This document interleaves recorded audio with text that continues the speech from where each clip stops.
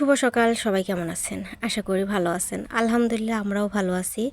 আর এই যে আজকে সকালবেলা ঘুম থেকে উঠে সংসারের ঘরের অন্যান্য যে কাজগুলো ছিল সবগুলো সেরে বাইরে এসেছিলাম।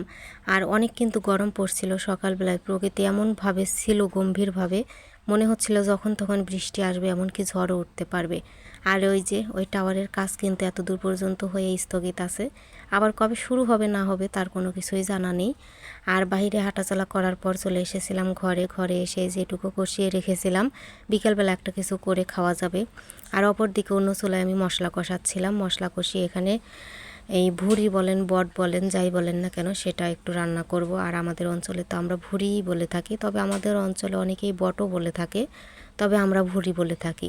ফ্রিজ থেকে বের করে রেখে দিয়েছিলাম, যেহেতু কেটে তারপরে ধুয়ে রেখেছিলাম, এখন আর ধোয়ার কোনো প্রয়োজন নেই, পরিষ্কার পলিথিনে রেখেছিলাম।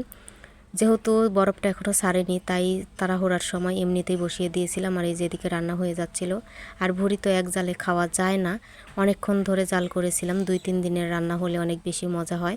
আর একদিকে রুটি বানিয়েও ভাজছিলাম, আর অন্য চুলায় ভুঁড়িটা এখনও জাল করছিলাম, যেন সুন্দর একটা কালার আসে, খেতেও ভালো লাগে। আর প্রত্যেকটা রুটি যদি ফুলে তাহলে কিন্তু ভালো লাগে, আর রুটি না ফুললে কিন্তু একটুও ভালো লাগে না।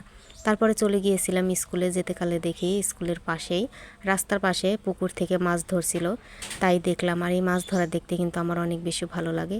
এই যে মেন রোড, তার সঙ্গেই পুকুর ছিল, আর ওই যে ওই পাশে ছিল ওই যে স্কুল, শীতল স্কুলে এসেছিলাম। বাচ্চা নিয়ে একবেলা স্কুলে থাকলে সংসারে অনেক কাজ পিছিয়ে যায়, এসে আবার তাড়াহুড়া করে করতে হয়। তেমনই এই যে এসে আমি তাড়াহুড়ো করে এদিকে রান্না বসিয়ে দিয়েছি, চিংড়ি মাছ একটু ভুনা করে নিয়েছিলাম ঝাল ঝাল করে। অপরদিকে অন্য একটি চুলাতে আমি মাছ রান্না করছিলাম, এই যা পেঁয়াজের সঙ্গে আলুটা ভেজে নিয়েছিলাম। আমার শাশুড়িকে দেখি এমনভাবে রান্না করতে মাঝে মধ্যে। আর এই যে ট্যাংরা মাছ ভেজে নিয়েছি, এটা আলু টমেটো দিয়ে ট্যাংরা মাছ রান্না করব। আর ট্যাংরা মাছের হালকা ঝোল রান্না করলে কিন্তু ভালোই লাগে আলু টমেটো দিয়ে। আর বিশেষ করে অনেকে অনেক রকম সবজি দিয়ে মাছ রান্না করে, আমার আবার সেটা ভালো লাগে না, আমি খেতে পারি না, যেহেতু 2 মা মেয়েতে খাওয়া অল্পতেই হয়ে যায়। এদিকে কিন্তু আমার তরকারিটাও হয়ে এসেছে, আর আলুটা কিন্তু অনেক সুন্দর হয়ে সিদ্ধ হয়ে গিয়েছিল, আর মাছটাও কিন্তু খেতে অনেক ভালো লেগেছিল, বিশেষ করে পুরো তরকারিটা। আর এই যে তরকারির কালারটা শেষ পেশে আমার এসেছে, অল্প একটু তরকারি রান্না করেছি, আগেই বলেছিলাম আমরা 2 মা মেয়ে খাই, আর বাড়তি কোনো লোক নেই, হঠাৎ 2-1 যদি ঘুরতে বেড়াতে আসে এখানে তবেই হয়। আর এই যে সে তো এখানে গাছে কোন গাছের কোন নাম, কোন গাছে পাখি বসলো কী করলো সেগুলো খুঁজছিল। আর এটা ছিল বিকেলবেলা, আমরা হাঁটছিলাম একটু বাহিরে, যেহেতু অনেক বেশি গরম, রোদ নেই, রোদ আছে হালকা পাতলা, তবে বাতাস নেই, অনেক বেশি গরম পড়ছিল। আর বাচ্চারা তো সব সময় ঘরের ভিতরে থাকতে পছন্দ করে না, তারা বিরক্ত হয়, অনেক ডিস্টার্বও করে, তাই একটু এই যে বাইরে হাঁটছিলাম, এখান থেকে গিয়ে তাকে পড়াতে বসাবো। আর তারপর চলে এসেছিলাম বাড়িতে, ওই যে একটুখানি কষিয়ে রেখেছিলাম সেটাই এখন এই যে তেলের উপর দিয়ে নিব, যেটাকে অনেকে বাগার বলে থাকে। এই যে রান্না আমার শেষের দিকে, বাগার দিয়ে নিলাম, এখন নামিয়ে নেব।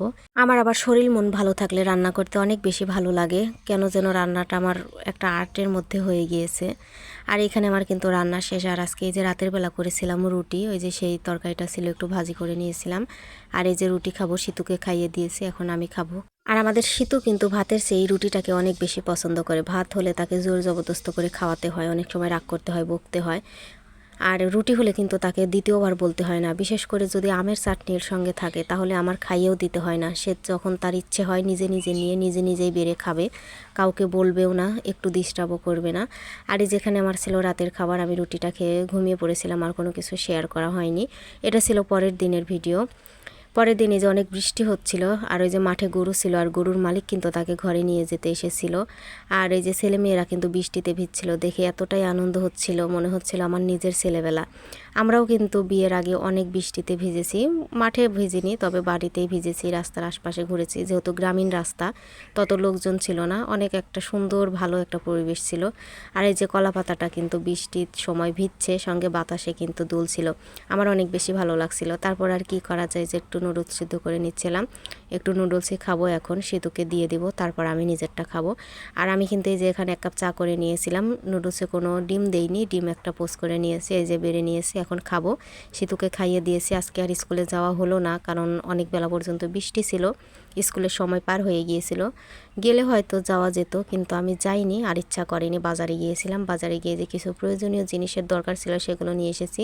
বিশেষ করে প্রয়োজন ছিল এই লাইটগুলোর, বারান্দায় লাইট নেই, এমনকি রান্নাঘরেও লাইটের সমস্যা ছিল, তাই লাইট নিয়ে এসেছিলাম। আর এই যে সিতুর পছন্দের এই বিস্কিটটা এনেছিলাম। এটা সিতুর পছন্দ, সিতুর বাবার পছন্দ, এমনকি সিতুর মায়েরও পছন্দ। আর ওই যে ওই মোনাক্কাগুলোকে সিতু বলে, এগুলোটাকে চাঁদ মামা বিস্কিট। এখানে এই যে কিছু সিঙ্গারা এনেছিলাম, পেঁয়াজও এনেছিলাম, একটা সমোসা এনেছিলাম। আর এই যে দুপুর টাইমে চলে এসেছিলাম একটু বড়ই ভর্তা করতে, মানে বাজার থেকে আসার পরপরই। বড়ই ভর্তা খেতে কিন্তু আমার কাছে অনেক বেশি ভালো লাগে। আপনাদের কাছে কেমন লাগে আমি জানি না, তবে আমার অনেক বেশি ভালো লাগে। এই যে পাটা নিয়েছিলাম, শিল পাটা, এখন এগুলো ছেঁচে ভর্তা করে নিব। আর এই বড়ই ভর্তা কিন্তু গ্রামের বাড়িতে খেতে অনেক বেশি মজা হয়, যদি অনেক লোক থাকে। গরমে তো নয়, রোদের সময় এই বড়ি ভর্তা খেতে অনেক বেশি ভালো লাগে। আর এখানে এই যে কাঁচামরিচ, পেঁয়াজ তো না, কাঁচামরিচ, লবণ দিয়েছিলাম, এখন একটুখানি ধনিয়া পাতা দিয়ে দিয়েছি। আর এই যে ভর্তাটা কিন্তু পাটাতেই মাখিয়ে নিয়েছি, অনেক বেশি মজা হয়েছিল। এখন তো আমার আবার খেতে ইচ্ছা করছিল। মজা করে বড়ই ভর্তা খেয়ে তারপর চলে এসেছিলাম এই যে রান্না করতে। এখানে অল্প একটু করে মাংস, তেল এগুলো রান্না করে নিয়েছিলাম, সামান্য একটু, যেহেতু সিতু খাবে। আর এদিকে যে আমার জন্য নিয়েছিলাম আলু সজনে ডাঁটা চচ্চড়ি করেছিলাম সরিষা বাটা দিয়ে, এটা কিন্তু আমার অনেক পছন্দের একটি খাবার। তারপরে যে বিকালবেলা চলে এসেছিলাম একটু পিঠা বানাতে। এখানে ছিল অল্প একটু তিল, তারপরে ওইটা ছিল ভাতের চাউল, লাল লাল করে ভেজে নিয়েছি। এটা ছিল পোলার চাউলের খুদ, এগুলো একসঙ্গে মিক্স করে পিঠা বানাবো। আর এই যে পিঠাগুলো বানিয়ে নিয়েছি। আমি অনেক বেশি ভালো শেপ দিতে পারি না, যেমন পেরেছি তেমনই বানিয়েছি। আর এগুলো এখন ভেজে নেব। এই যে একটা কড়াই বসিয়ে দিয়েছিলাম, এখানে তেল দিয়ে দিয়েছিলাম, গরম হয়ে যাওয়ার পরে এক এক করে পিঠাগুলো ছেড়ে দিয়েছিলাম। আর প্রত্যেকটা পিঠা কিন্তু সমান হয়নি, একটা পিঠা কিন্তু অনেক বেশি বড় হয়েছিল, সেটা শেষের পিঠা। সবাই অনেকেই বুঝতে পেরেছেন, সবাই বলতে অনেকেই বুঝতে পেরেছেন যারা রান্না করেন। আর আপনারা যারা যেখান থেকেই দেখেন না কেন, যদি ভালো লাগে ভালোবাসা দিয়ে পাশে থাকবেন। আর এটা ছিল বিরিয়ানি, সিতু নাকি বিরিয়ানি খাবে, তার দাদিকে বলেছিল, তার দাদি তাকে এনে দিয়েছিল।